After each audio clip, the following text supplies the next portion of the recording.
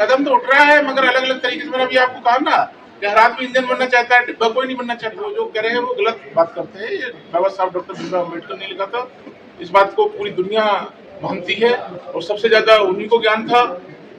भारतीय संविधान को लिखते वक्त भी यहाँ कहीं भी नहीं, अंग्रेजों ने भी उनको ही कहा था कि भाई आपके पास में, जबकि यहाँ तो जो लोग थे वो बाहर के लोगों को हायर करना चाहते थे कि भाई संविधान लिखने के लिए हमें बाहर के लोग चाहिए, मगर यहाँ के जो वो इवन महात्मा गांधी जी ने भी उनका नाम सजेस्ट किया था। उसके बाद में उनको जिम्मेदारी सौंपी थी और जो भारतीय संविधान जो है 2 साल 11 महीने 18 दिन में लिख के पूरा किया गया था। और ये बाबा साहब ने, अगर सरकार फेल है तो इसमें संविधान की कमी थोड़ी है। इस बात को लेकर तो बाबा साहब ने जब फर्स्ट उनका स्पीच था तो उन्होंने कहा था बाबा साहब ने कि भाई अगर संविधान अच्छा है, इतना ही भी अच्छा है, अगर उसको लागू करने वाले लोगों की नीयत सही नहीं होगी तो वो संविधान गलत ही साबित होगा। ये मोबाइल दे दो, व्हाइट टाइगर उसमें बताया ठीक वही चीजें ये कर रहे हैं।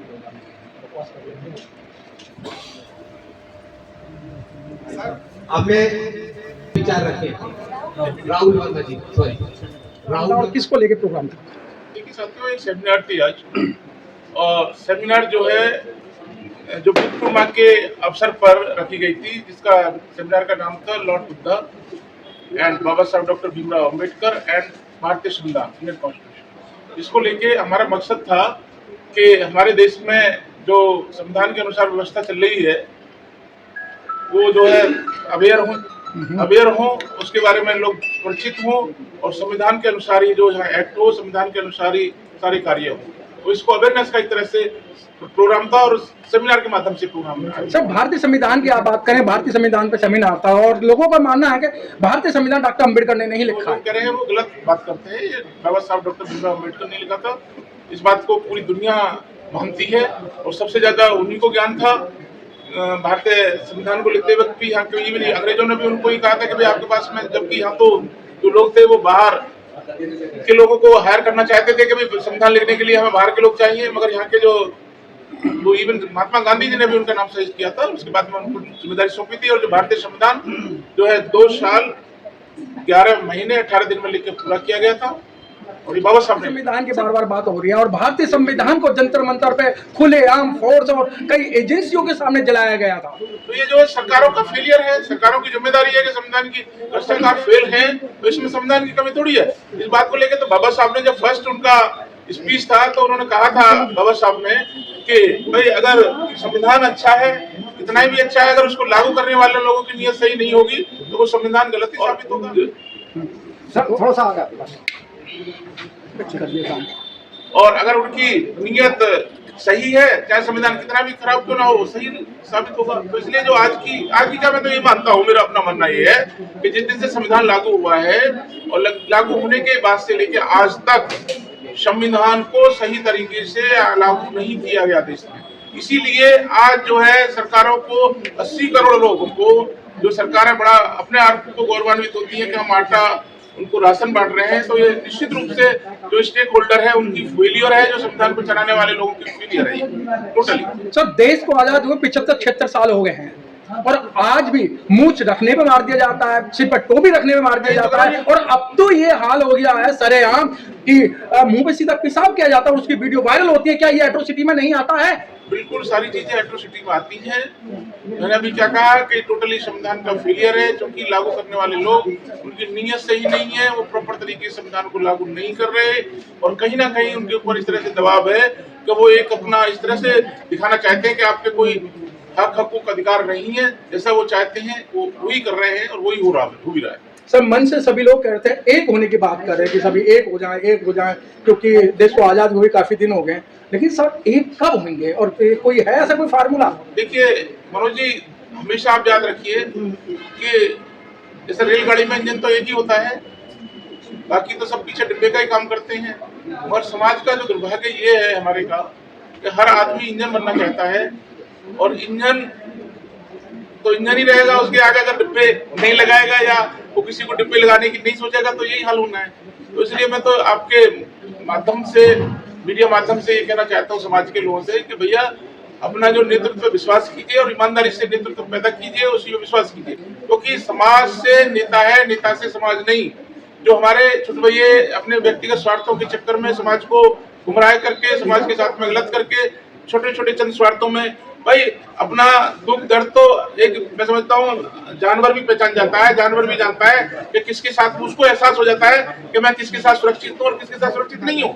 मगर हमारे देश में आजादी के बावजूद भी हमारे अपने लोग इतने सीधे साधे बोले वाले हैं कि एक जो है मदारी टाइप का कोई भी आदमी आता है और वो उनको गुमराह करता है और वो जो है गुमराह हो जाते हैं और अपनी वोटों का पूरा जो है देखिए, और गलत विचारधारा के लोग जो उनके यानी कि इस तरह से हो जाती है कि जलेबियों की रखवाली के लिए हम जो है बिल्ली का जो मतलब सौंप देते हैं, जबकि अगर बिल्ली रखवाली करेगी तो जलेबी तो बचेंगी नहीं। जल्दी चलते चलते बाबा साहब ने कहा था मेरे समाज के अंदर 10 वकील, 10 एडवोकेट, 10 डॉक्टर, 10 इंजीनियर हो जाएंगे तो मेरे देश में किसी प्रकार की आफत नहीं होगी। लेकिन आज तो लाखों की गिनती में वकील हैं, लाखों की गिनती में डॉक्टर हैं, लाखों की गिनती में इंजीनियर हैं, लेकिन आज बाबा साहब के संविधान को बचाने में कोई भी कदम नहीं उठ रहा है। मगर अलग अलग तरीके से मैंने अभी आपको कहा ना कि हर आदमी इंजन बनना चाहता है, डिब्बा कोई नहीं बनना चाहता।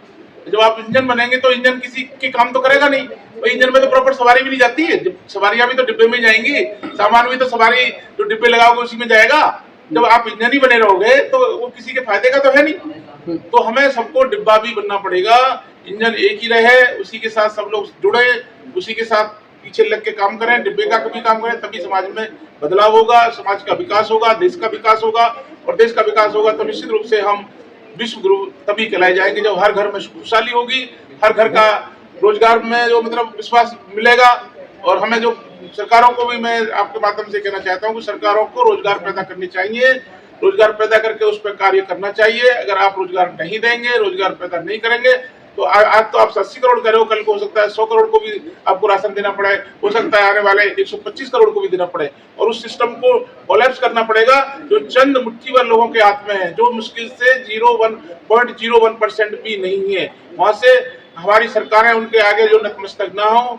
एक आम आदमी के विषय में सोचे, आम आदमी को कॉम्पिटेंट लोग हैं। देखिए आज एजुकेशन का पूरी तरह से बेड़ा गर्क कर दिया है, आज प्राइवेटाइजेशन इस कदर कर दिया है और ये एक साजिश के तहत हो रहा है, क्योंकि आपके पास तो नहीं है 1 करोड़ रुपए। जब आपका बच्चा क्वालिफाइड है, तैयारी कर रहा है, उसे पता है जब ये लोग आने लगे तो उनकी जो चीजें सब खत्म करने लगे। जिस तरीके से आप 2.5-3 साल से मेहनत कर रहे हैं और वकीलों के अंदर जा रहे हैं और आप ऐसे लोगों के अंदर जा रहे हैं जो विधि के ज्ञाता हैं और एजुकेशन अच्छी है, क्या उनको इकट्ठा करने में कितनी आपको मुसीबतों का सामना करना पड़ रहा है? अरे सर, मुसीबत है। हालत ये है कि आप ये समझिए कि मगर ये देखिए मनोज जी, आपने देखा होगा हम उस विचारधारा के आदमी हैं। एक मुझे शायद बुद्ध कथाओं में से ये है कि महात्मा बुद्ध जो उसके किनारे बैठ के नदी के किनारे बैठे हुए थे और वो एक कहना चाहिए कीड़ा था, वो कीड़ा निकलता था, महात्मा के काटता था, वो लहूलुहान हो जाते थे, वो फिर जो है निकालते थे, वो अंदर जा रहा है, वो प्रोसेस इस तरह का चल रहा था। तो एक आप जैसे सज्जन वहां से गुजर रहे थे, उन्होंने देखा उनको, उन्होंने कहा महात्मा जी आप इसको बचाने की कोशिश कर रहे हैं मगर ये तो आपके डंक मारता है, आपको लहूलुहान करता है, फिर भी आप उसको बचा रहे हैं। तो मनोज जी हमारी भी उसी विचारधारा को फॉलो करते हुए भाई जो हमारे बारे में क्या सोच रहा है, क्या डंक मार रहा है, और हम बचाने का काम करेंगे, समाज को जागरूक करने का काम करेंगे, समाज को अधिकार दिलाने का काम। चलते चलते आपको इंडिया नहीं, आपको लोग विदेश भी देख रहे हैं, तो क्या संदेश देना चाहते हैं आप? हम तो देखिए एक बहुत ही पावन पर्व है महात्मा बुद्ध का, और ये पूरे दुनिया में ये संदेश देता है शांति का। और मेरा भी अपना मानना ये है कि देश में शांति रहेगी तो तभी विकास होगा। शांति का मार्ग ही जो विकास का मार्ग है, अगर शांति नहीं है तो विकास नहीं हो सकता। तो इसलिए पूरी दुनिया को आपके माध्यम से मैं संदेश और रिक्वेस्ट करना चाहता हूँ कि युद्ध से किसी का भला नहीं होने वाला, युद्ध से तो सिर्फ सर्वनाश ही होगा। आपको बुद्ध को अपनाना पड़ेगा, बुद्ध ही आपको विकास की तरफ ले जाएगा, बुद्ध ही आपको विश्व गुरु बनाएगा, बुद्ध ही आपके सबके कल्याण करेगा। सर आज कोर्ट में इतना एडवोकेट का समागम आपने किया, उसमें कुछ अधूरा रह गया, कैसे आप देखते हैं आज का कार्यक्रम? मैंने अभी क्या कहा, पूरा तो हमने तो 2 घंटे के प्रोग्राम में हमने विषय ही इतने वाइड ले रखे थे कि उसके लिए तो सालों साल भी कम पड़ जाते। तो एक सिंबॉलिक का हमने जो है मतलब संदेश देने का प्रयास किया। और मैं समझता हूँ इस तरह का प्रोग्राम करकटडुमा की कोर्ट में 10 टाइम मनाया जा रहा है, जिसमें हमारे सारे जजेस जो हैं उन्होंने हमारे प्रोग्राम को पार्टिसिपेट किया, उन्होंने अपनी उपस्थिति दर्ज कराई। और अपना कीमती समय जो हमारा प्रोग्राम मतलब 2 बजे का पीक आवर होता है उसमें आके इस प्रोग्राम की सफलता को ठीक। मतलब बढ़ाया। ठीक है, धन्यवाद।